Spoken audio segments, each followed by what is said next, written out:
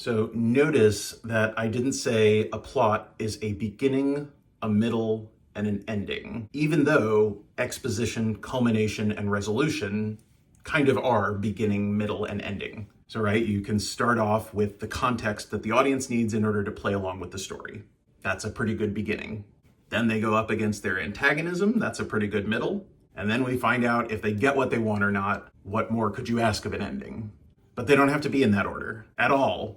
The character is living their life in linear fashion. One thing happens to them, and then the next thing happens, and then the next, and from the moment they're born until the moment they die, right? But the audience can see those events in any order that the storyteller wants them to. So a classic example of this is a mystery. When you're designing a mystery, you have at least two stories, two storylines, two plot lines. On the one hand, you've got the criminal's storyline, right? The criminal wanted something badly, they had trouble getting it. So they committed a crime to do it, and they either got it or they didn't.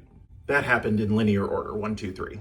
And then you've got the detective storyline. And the detective, most of the time, is the one who the audience is really hanging out with. So what they're doing is trying to figure out what happened in the criminal storyline, because they don't have all the evidence, they don't have all the exposition.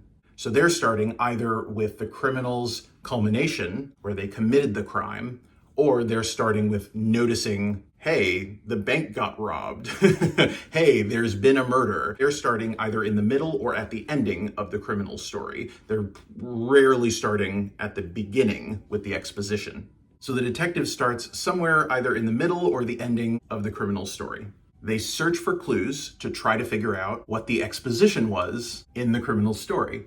So the criminal's beginning is the detective's middle. And then either the detective finds the criminal, identifies them, captures them, whatever it is they're trying to do, or they don't.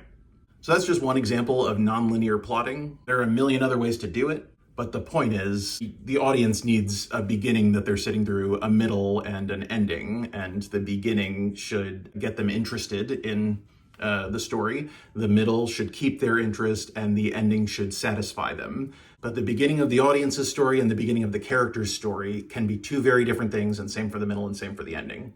The components that you always need are exposition, culmination, and resolution, and they can come in any order that you want them to, whatever works best for your story.